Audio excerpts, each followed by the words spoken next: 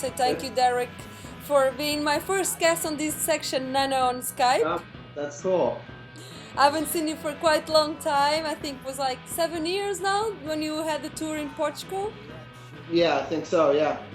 So no, that was 2008, I believe. Yeah.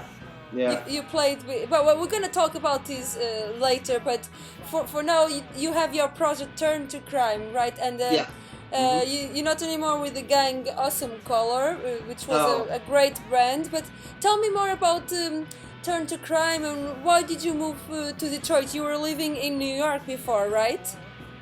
I was living in New York, but me and the rest of Awesome Color had moved back to Detroit.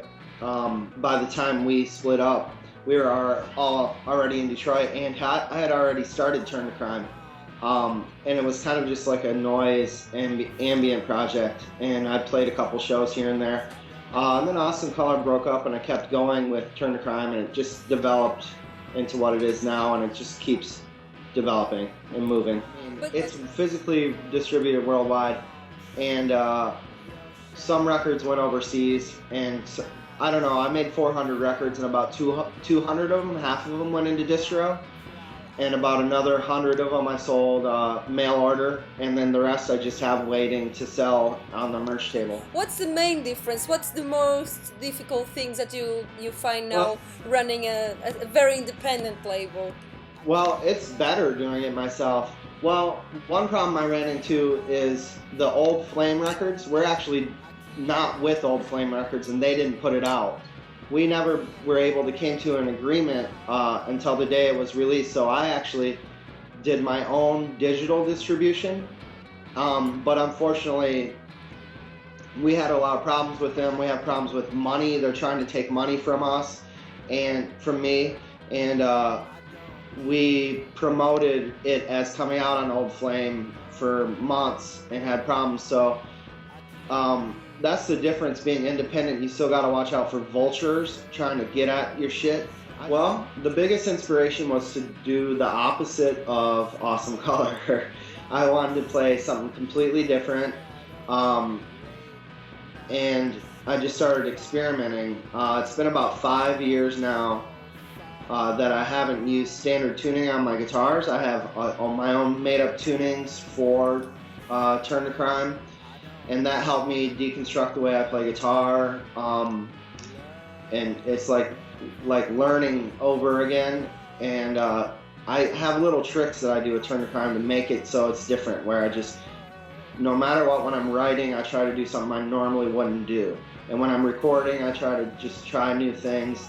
And the sound, I want it to be more vocal and more singing and melodic than my previous efforts. But weirder and more experimental. So somehow I fell into this thing where it's pretty ambient, pretty minimal, sometimes repetitive, but also melodic. And it's not really anti-rock and roll, but it almost is. You know. Great. So we were talking about an European tour or a tour, but just one thing before. You said, do you do your artwork for your records as well?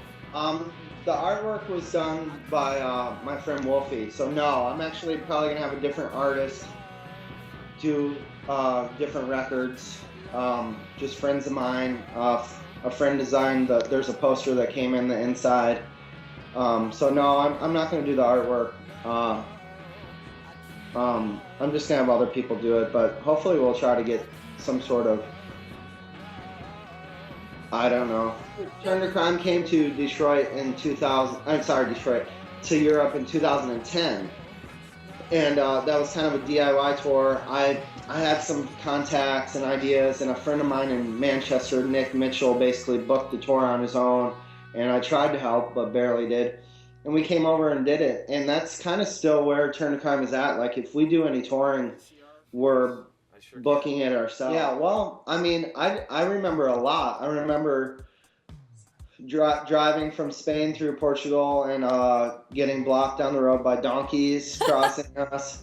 And I remember just the sea, and the venue in Porto was real fancy and real nice, and we had that really big dinner. and was kind of like a big theater. And Sardines. A lot of people sat down inside of the show, I remember. And then Lisbon was smaller inside, but more people standing up and hanging out. And there was that one guy who had a Blues Traveler t-shirt on, and we walked all over the city. I remember almost everything about both. Check it out, enjoy it, and get ready for next year. We're going to release a bunch of records.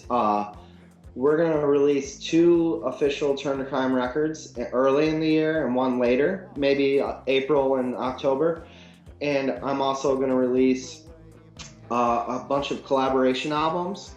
I'm doing, me and my friend Greg, who's in that band Proto Martyr, we did an album together that's going to come out.